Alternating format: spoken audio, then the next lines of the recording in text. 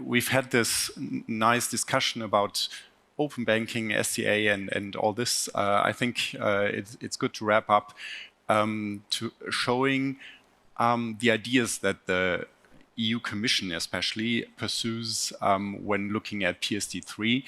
And I've tried to gather that information for you. Some highlights at least from the latest EU Commission study on the application and impact on PSD2. And some of you, or many of you may know that the Commission published that study beginning of February. It's the result of a consultation, and I'm quickly jumping to my next slide, result of a consultation which was conducted in May 2022, and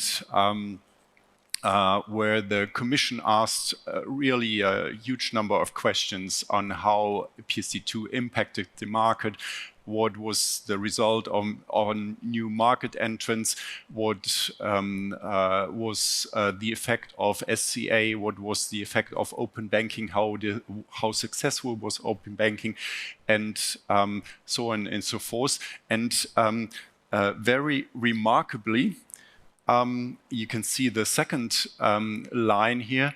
It was the EBA, the European Banking Authority, which responded right away, quite astoundingly. They published in the middle of June 2022 a 120 pages opinion lining out what they think should be the improvements of PSD2 in a PSD3 environment. I'll get to that at the end, but it's quite interesting, and I think we have that, and we see that in a number of topics in the financial market or the financial regulation on the European level, that certain European institutions sort of, I should say, compete for setting the agenda, setting the topics. I think we see the same or a very similar development on the digital euro currently. And here also, as I said, the EBA gave a very lengthy opinion. But let's take a look at what the Commission found out by their market research, because it's actually the Commission who will do the first proposal for a PSD3, which is expected to take place or expected to be published in June yet this year. I don't know if it happens, but it was announced recently that in June this year, the Commission will publish a proposal for PSD3. The background, and there was a very interesting question from the audience just when we talked, what should I do about all this regulation coming up and all this mess of regulation that's coming up and which I have to digest and promulgate for my enterprise and for my bank, for my as a merchant. It seems, the regulator seems quite active on the European level. And if you look at all those items, there was this the announcement by the Commission of the retail payment strategy in October 22. Then there was the EPI company, interim company, founded in 22. Which is supposed to develop the new European payment scheme. Then the Digital Operations Resilience Act, DORA, many of you will know, and which has a huge impact, penetration testing and all this on the financial industry. Digital Markets Act has been enacted. Then the MiCA, instant payment regulation. Instant payment regulation, by the way, is one of those items. And I liked Gila pointing out that there needs to be engagement. Instant payment regulation is one of those items where engagement was extremely important because there were things in there which just did not work from the practical point of view, and which hopefully have now vanished from that proposal. But then the Consumer Directive, Credit Directive is being reformed, and in the last stages, the digital euro, as I said, and then possibly there will be still a reform of the interchange regulation. We don't know. It's always sort of hovering around, and I think it's never really been put to sleep, that topic. But let us look at PSD3, what could be the guiding principles: integrated market, again, competition, consumer protection, security, and then there is a new issue which the Commission came up with when they published their retail payment strategy in 2020, it's sovereignty.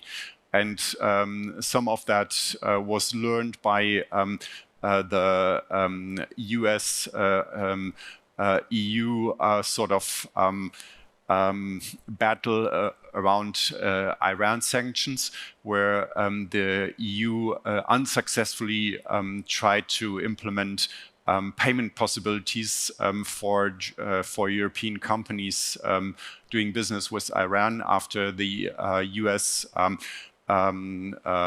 stepped out of the Iran treaty, but was unsuccessful. It failed totally. No bank ever transacted with Iran after the US sanctioned Iran again. So that was one of the incentives to look at the sovereignty issue, which is obviously in the realm of PSD3. It's a new topic. And in the realm of, let's say, payment infrastructure. But EPI is one of those items where the Commission pushes very much, and the ECB pushes very much the industry to develop an independent European solution. Instant payment is also driven by that sovereignty issue, and the digital euro, the digital retail euro, I should say, is also driven by that. Maybe also open accounts. In the report that was published in February, the Commission in several places connected open payment initiation services and open accounts to the sovereignty issue, because it seems that they see one independent European solution that's been provided in this independent of US card schemes and US other payment solutions. Possible topics according to according to the EU Commission. First of all, they look at effective competition, and the Commission looks at especially international card schemes, and the sort of the litigation, the conflicts that have been going on between the Commission and the card schemes, Visa and MasterCard, for more than a decade now. And which obviously was the interchange regulation was part of, but still they see that as a big issue that should be regulated in a PSD3 environment, or further regulated. Also as a consequence, or as a possibility to look at the sovereignty issues. It's a bit difficult to see where the Commission wants to, or how the Commission wants to grab this issue. It seems that they look at more transparency in costs. They have thought, or they did think about the payer being more informed about costs of payment in order to choose the right payment, the lesser expensive payment. They've looked at the merchant that's obviously paying the bill at the end of that payment method, and the payer being uninterested to some extent. So it will be interesting to see whether they come up with more steering options, whether they come up with more surcharging options for merchants. That's quite possible as an outcome of that discussion. Another way to sort of cope with that situation that the Commission tries to sort of increase or tries to foster competition with US card schemes seems to be the payment initiation services, which they want to promote more and want to place as a new sort of alternative to US card schemes. So and that was the discussion that we had just a couple of minutes ago. They would like to look at standardization and more interoperability of European payment initiation service providers. In turn, that could mean that banks which have now invested quite a huge sum of money to implement RPE specifications may then have to go back and take another budget in order to implement a new specification. So we'll see, and again, that might bring up also the idea, please get engaged early in order to prevent maybe what is happening. Open banking is also on the list. Obviously, data sharing, third-party access, that's also nothing new. What is quite interesting is another topic especially in Germany. I don't know if the other if people from outside Germany have the same experience, but in Germany, license as a service has become quite popular in the financial industry. So banks are rendering their license to unlicensed entities. There are entities like Tomorrow Bank, Penta, and all the likes that are sponsored by German banks, that development seems to be seen quite critical by the Commission. And from my experience, from my practice, I know that in other jurisdictions, the regulators also look quite critical at this practice, which is a specialty of the German market. So I don't know, it may well be the case that this becomes a part of the discussion of a PSD3 and may somewhat be more regulated or more maybe limited by the PSD3 legislation, possibly.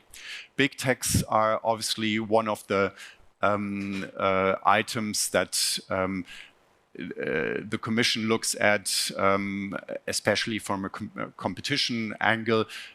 You know this, and Mrs. Vestager, the competition commissioner, has been very eager to look at all those companies that are here on the list, and So it's no surprise that also in the PSD3 environment or in a payment service regulation environment, the Commission looks at this and says that it may well be important to regulate those entities who take advantage of the European payment infrastructure and put their infrastructure on top, as if you look at Apple Pay, for instance, who is using European banks to offer their Apple Pay product, or and others. So that's a possible topic. It is not said in the report how it should be regulated and what the special regulations will be. And at the end, I doubt that it will come to sort of a special PSD2, PSD3 provision for this, because we already have a lot of regulation for those players. The Digital Markets Act is regulating the gatekeepers, and MiCA is regulating what the Commission says, those big techs with their own currency. Obviously, that's alluding to Facebook. So I think regulation is already quite plentiful in this regard. The same is true for digital wallet providers, and so that may also be part of the discussion, but I doubt that apart from maybe the outsourcing question, that's quite interesting and quite important in this context. With respect to consumers, the Commission sees the security as a big issue, and they want to regulate not the existing fraud that's been, what they say, been captured by SCA and by the PSD2 strong customer authentication regulation, but they want to protect the customer against modern fraud methods, which we also discussed. It's a bit difficult to see how this will evolve, whether they will want to implement more information duties for the customer in order to inform them about phishing practices and about what could happen if they don't pay attention. That's possible, but otherwise it's rather unclear. Buy now, pay later is also an urgent topic for them, but I think from my perspective, this will be caught by the reformed Consumer Credit Directive, which is, as I said, currently also under discussion and which will be finalized pretty shortly. It seems even next month or in May. So maybe that's also not going to impact PSD3 too much.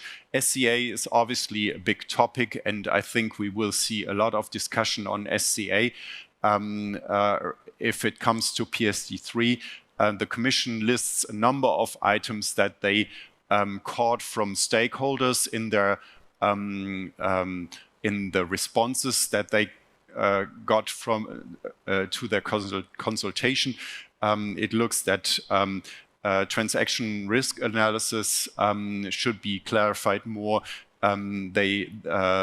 People advocated behavioral biometrics and all of those other items. The thresholds should be raised. That's not really surprising. It's still a bit difficult what the Commission wants to make out of it.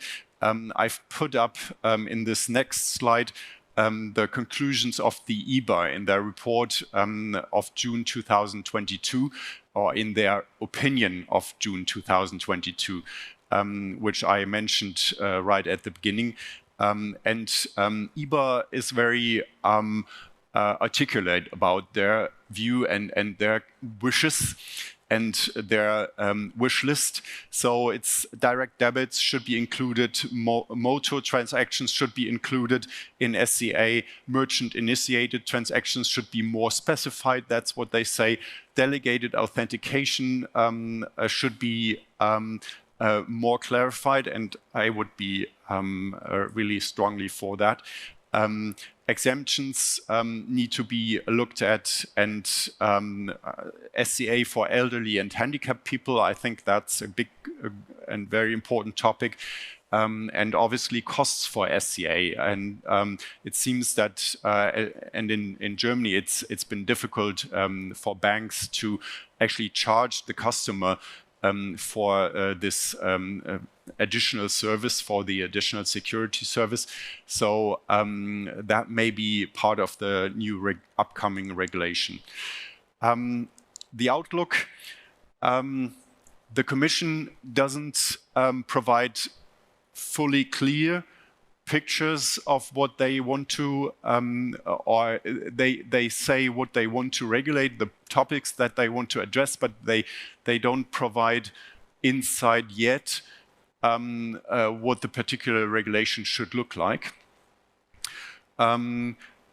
So the industry, and I can only emphasize what has been said in the discussion, the industry is well advised to look at those topics and to get into the discussion with the Commission, with the EBA on those, and see where the proposals go. As I said, the EBA was more articulate in their June opinion. The Commission has recently stated that they intend to publish a proposal, a legislative proposal for a PSD3 even in June yet. I don't know whether that happens. They have a lot to do. They have a lot of tasks on their desks, so it might be might come a little later. But it seems that during the summer it will still take place, and then I think it will not take as long as PSD2 from proposal to implementation, which was 7 years, 2013 to 2020, we could say. I don't think it will take as long because PSD2 was a much bigger project, but 3 to 4 years will still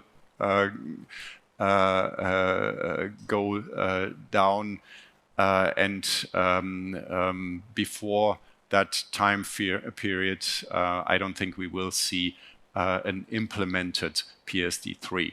So that's those are my remarks. That's that little booklet there will appear in June again. It's a German commentary on PSD2. So that was a very quick overview of what the Commission seems to intend and what may be the content of a PSD3 legislation. Thank you for your attention.